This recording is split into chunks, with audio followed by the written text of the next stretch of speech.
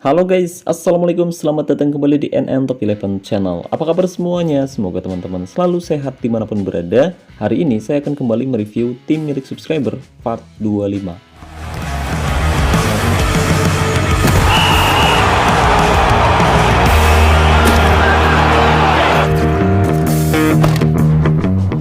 Oke guys, jadi udah lama banget saya nggak mereview tim milik subscriber. Terakhir sekitar setahun yang lalu guys. Dan hari ini saya akan kembali mereview salah satu tim milik subscriber, yaitu Fever Slayer, tim milik Bang Peter Lizzy. Nah, Bang Peter ingin agar saya mereview dan menganalisa letak kelebihan serta kelemahan timnya musim ini guys. Dan kebetulan hari ini timnya Bang Peter akan menghadapi salah satu tim yang cukup tangguh di leg pertama babak perempat final cup musim ini. Dan alasan Bang Peter ingin agar saya mereview timnya yaitu karena Bang Peter ingin memastikan musim ini timnya masih solid, dan di akhir musim nanti tentu Bang Peter ingin timnya kembali meraih trofi. Nah, buat teman-teman yang mungkin juga tertarik dan ingin direview juga timnya, kamu bisa menghubungi saya via Instagram @nntop11. Nanti kamu tinggal DM aja alasannya kenapa tim kamu ingin direview. Nah, nanti kalau beruntung timnya bisa saya review di part selanjutnya guys. Tapi sebelum saya membahas lebih jauh, saya mau info dulu nih ke teman-teman semua, khususnya untuk player Sultan, Raja Minyak, Bos Mengkreng, dan Juragan Bawang barangkali berencana top up token, sponsor spesial premium, kartu bulanan, dan bundle lain dengan harga yang lebih murah tapi amanah. Saya rekomendasiin teman-teman top up di Instagramnya Kiano Official, dan linknya sudah saya sematkan pada deskripsi video ini. Oke guys, jadi ini adalah tim milik Bang Peter, yaitu Fever Slayer, dan saat ini Bang Peter menerapkan formasi 3-1-2-3-1, modifikasi dari formasi 3-4-3. Dan untuk taktiknya sendiri, Bang Peter menerapkan taktik dengan mental tim bertahan, fokus umpan perpaduan, gaya umpan pendek, serangan balik nyala, gaya tekanan rendah, gaya tackle keras, gaya penjagaan jaga daerah tertentu, dan jebakan offside mati. Oke, jadi itu dia taktik dan formasi yang diterapkan oleh Bang Peter, di mana Bang Peter menerapkan formasi yang cenderung ofensif tapi dipadukan dengan taktik yang defensif. Ini beneran unik banget sih guys, beneran unik banget. Dan menurut saya taktik dan formasi yang diterapkan oleh Bang Peter punya kelebihan dan kekurangan yang mungkin harus kita pertimbangkan sebelum kita menggunakan taktik dan formasi seperti ini.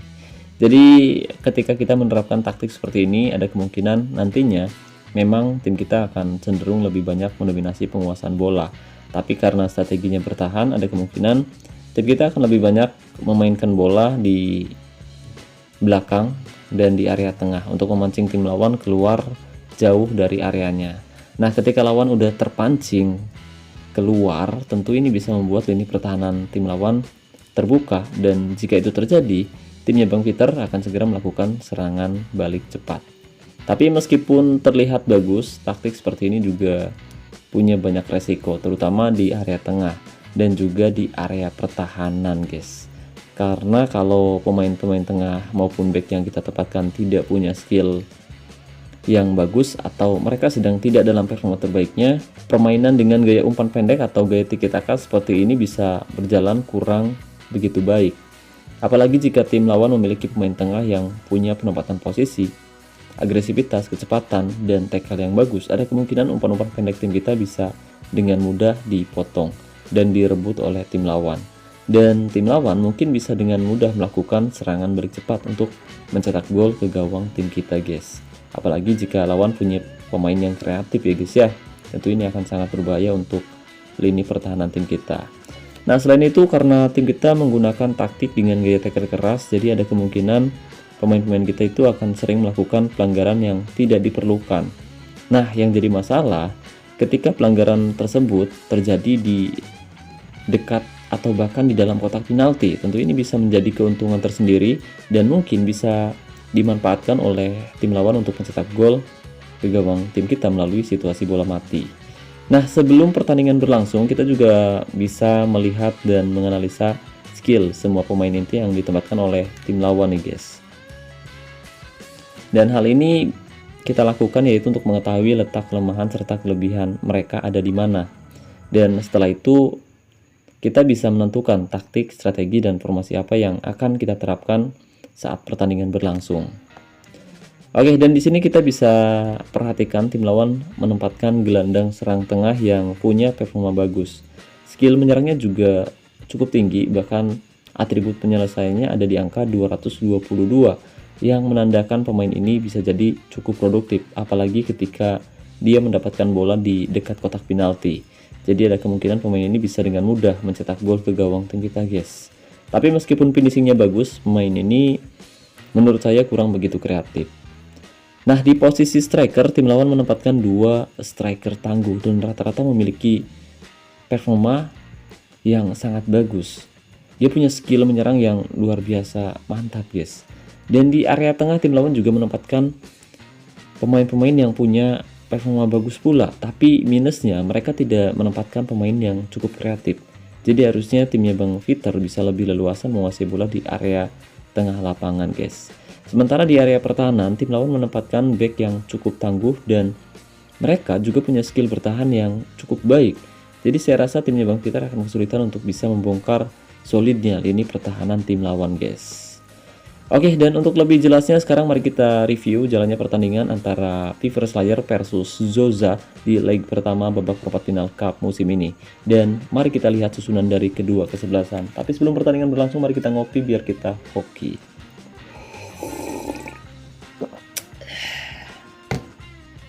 Oke guys, dan kick off babak pertama akan segera dimulai antara Fever Slayer versus Zoza di leg pertama babak perempat final Cup musim ini. Ya, di sini kita akan langsung memberikan form latihan menyerang dan untuk mentalitas masih tetap bertahan. Untuk sementara taktiknya masih seperti itu ya guys ya. Dan kita akan lihat lebih jauh kira-kira sebagus apa taktik, strategi dan formasi 3-1-2-3-1 yang diterapkan oleh Fever Slayer kali ini. Pergerakan yang tidak cukup baik dilakukan oleh pemain Fever Slayer, pemirsa. Untuk sementara skor masih 0-0. Oke, di sini sudah ada cukup banyak warga, tapi sayang banget manajer dari Zoza memang belum terlihat hadir di sisi lapangan. Ada kemungkinan manajernya sibuk kerja atau mungkin lagi diare, pemirsa. Lagi diare. Satu kesempatan dari situasi bola mati, tapi sayang sekali tembakan pemain depan Fever Slayer masih tepat di pelukan penjaga gawang Zoza, pemirsa. Kali ini Zoza mencoba untuk membangun serangan. Ya, sangat-sangat terbuka lini pertahanan Fever Slayer, tapi beruntung penjaga gawang dari Fever Slayer berhasil menangkap sulit benar, pemirsa. Kali ini giliran Fever Slayer mencoba untuk membangun serangan. Zizou kali ini berbahaya, tapi saya pikir bakal berbuah gol, soalnya nggak kelihatan pak bolanya pak.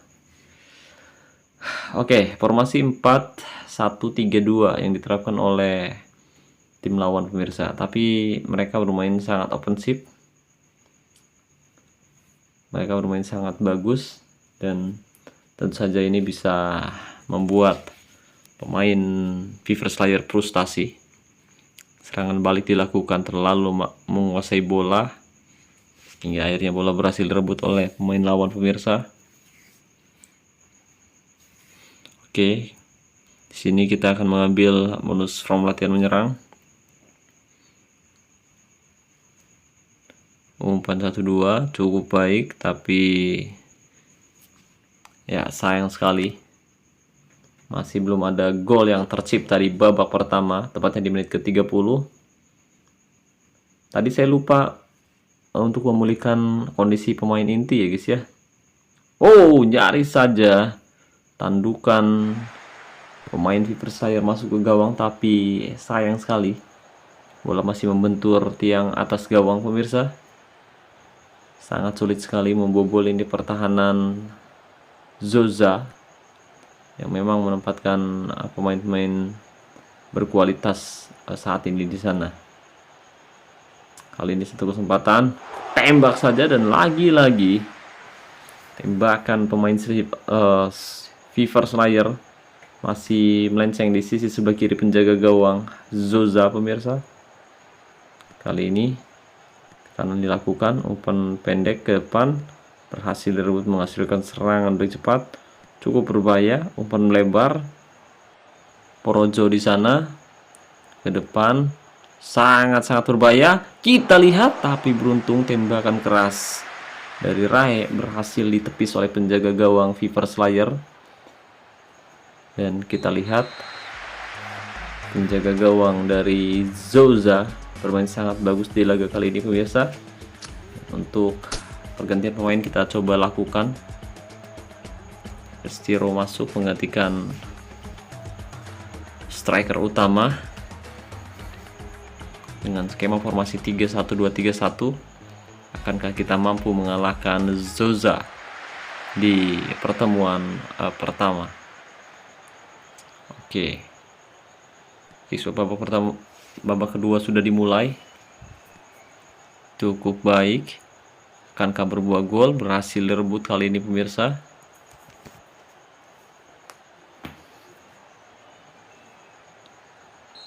Menit 50.